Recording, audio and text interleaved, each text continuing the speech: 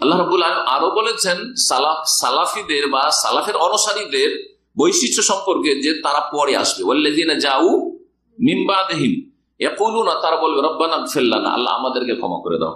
ওয়া লি ইখওয়ানিনা আল্লাযিনা সাবাকুনা বিল ঈমান, আর আমাদের ওই ভাইদেরকে মাফ করে দাও যারা আমাদের পূর্বে সঠিক ঈমানের উপর চলে গেছে। সাহাবায়ে কেরামদেরকে মাফ করে দাও, তাবেঈনদেরকে, তাবেঈনদেরকে, আইম্মায়ে কেরামদেরকে, মুহাদ্দিসিনদেরকে, এবং যত মুমিন মুমিনাত চলে গেছে। ওয়ালা তাজাল ফি কুলুবিনা গিল্লাল লিল্লাযিনা আমানু, মুমিনদের বিরুদ্ধে, মুসলিমদের বিরুদ্ধে অন্তরে আল্লাহ আমাদের কোনো বিদ্বেষ, কালিমা, শত্রুতা রাখিও না।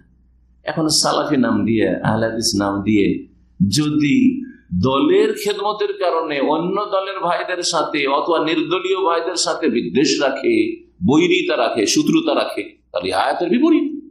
শুধু সালাফি নাম দিলে চলবে না, শুধু আহলে হাদিস নাম দিলে চলবে না। আপনার অন্তরটা সাফ হইতে হবে, আপনার সাথে আকীদা মানহাজের কোনো ইখতিলাফ নেই, তারপরেও দূরত্ব, এই লোক কাছের, ওই লোক দূরের। এই রোগ কেন? এই রোগ মানে আপনি সালাফি নন, এই রোগ মানে আপনি আহলে হাদিস নন। জি, এই বিষয়গুলো আমাদের আরো ভালো করে বুঝতে হবে, কারণ এগুলো আমাদের রোগ, এগুলো আমাদের সহিহ আকীদার ভাইদের রোগ। সুতরাং এগুলো আমাদেরকে আগে আমাদের সংশোধন, তারপরে পর সংশোধন।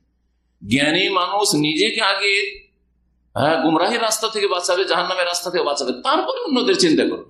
আমরা নিজেরাই বাঁচতে পারলাম না, পরের নিয়ে এত চিন্তা কেন? তারপরে বলছেন নবী কারীম সাল্লাল্লাহু আলাইহি ওয়াসাল্লাম, এই আয়াতটি কোথায় রয়েছে? সূরাতুল হাশরের আয়াত নম্বর 10। নবী সাল্লাল্লাহু বলেছেন, আলাইকুম বিসুন্নতি ওয়া সুন্নাতিল খুলাফায়ে রাশিদিন আল মাহদিয়িন মিন বাদি তামাসসাকু বিহা ওয়া আদু আলাইহি বিন নওয়াজিজ।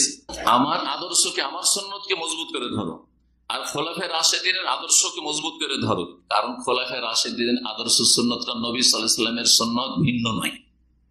এমন নয় যে তাদেরকে শরীয়তের ক্ষেত্রে কোন নতুন কিছুর অধিকার দেওয়া হয়েছে, না, এটা মোটেই নয়।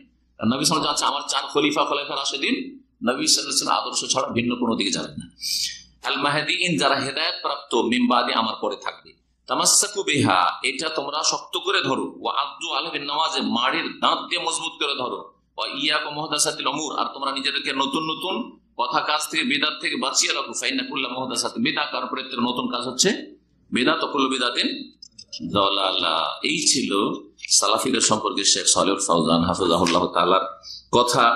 লজনা দায়মা, স্থায়ী ফতোয়া কমিটির, ফতোয়া লজনা দায়মা, সৌদি আরবের একটা স্থায়ী ফতোয়া বোর্ড রয়েছে, যেটাকে লজনা দায়মা বলা হয়। ওতে একটি উক্তি রয়েছে, এই উক্তিটি এখানে উল্লেখ করা ভালো হবে, এটি দিয়ে আলোচনা শেষ করছি। বলছে আস-সালাফিয়া নিসবাতুন ইলা সালাফ। ফতোয়া লজনা দায়মাতে একজন আলেম থাকেন না, সৌদি আরব বড় বড় 5-6 জন কমপক্ষে আলেম থাকেন, তাদের ফতোয়া থাকে, আছে তো আরো বেশি, কিন্তু কমপক্ষে 5-6 জনের স্বাক্ষর হতে থাকে ফতোয়াগুলিতে। বলছেন সালাফি মানহাজ বা সালাফিয়া শব্দটি সালাফের সাথে সম্পৃক্ত, যাদের সম্পর্ক সালাফের সাথে তারা হচ্ছে সালাফি। যে জামাতের সম্পর্ক হচ্ছে সালাফদের সাথে, সেই জামাত হচ্ছে জামাতুল সালাফি, সালাফি জামাত। ওয়া সালাফ, সালাফ কারা? হুম সাহাবাতুর রাসূলুল্লাহ, তার রাসূলুল্লাহ সাল্লাল্লাহু আলাইহি ওয়াসাল্লাম সাহাবায়ে কেরাম সালাফ। ওয়া ইম্মাতুল হুদা, এবং হেদায়েতের ইমাম। হেদায়েতের ইমাম কারা? তাবেঈনরা সকলে, তাবেঈনদের মধ্যে যারা উলামায়ে কেরাম সাহাবাতে পড়ে, তাবেঈনদের মধ্য থেকে বিশেষ করে 4 ইমাম আবু হানিফা, শাফিঈ, মালিক, আহমদ রাহিমাহুমুল্লাহ ওয়া রাদিয়াল্লাহু আনহুম জামিয়ান।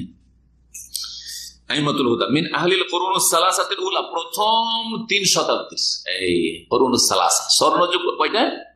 3টে। এই 3 যুগের লোকের অনুসারী যারা হবে, ওই যুগে হানাফি, শাফিঈ, মালিকি, হাম্বলি, তার মধ্যে আবার তাবলিগি, ইখওয়ানি, মওদুদিবাদী, এসব ছিল না। কথা বোঝা গেছে? দেওবন্দি, বেরেলভি, আবার নকশবন্দি, চিশতি, কাদেরি, মুজাদ্দিদি, এগুলো ছিল। এগুলি আসলেই কিন্তু সালাফদের মানহাজ থেকে বেরিয়ে গেল, এগুলি যেন না আসে, এগুলি বাদ।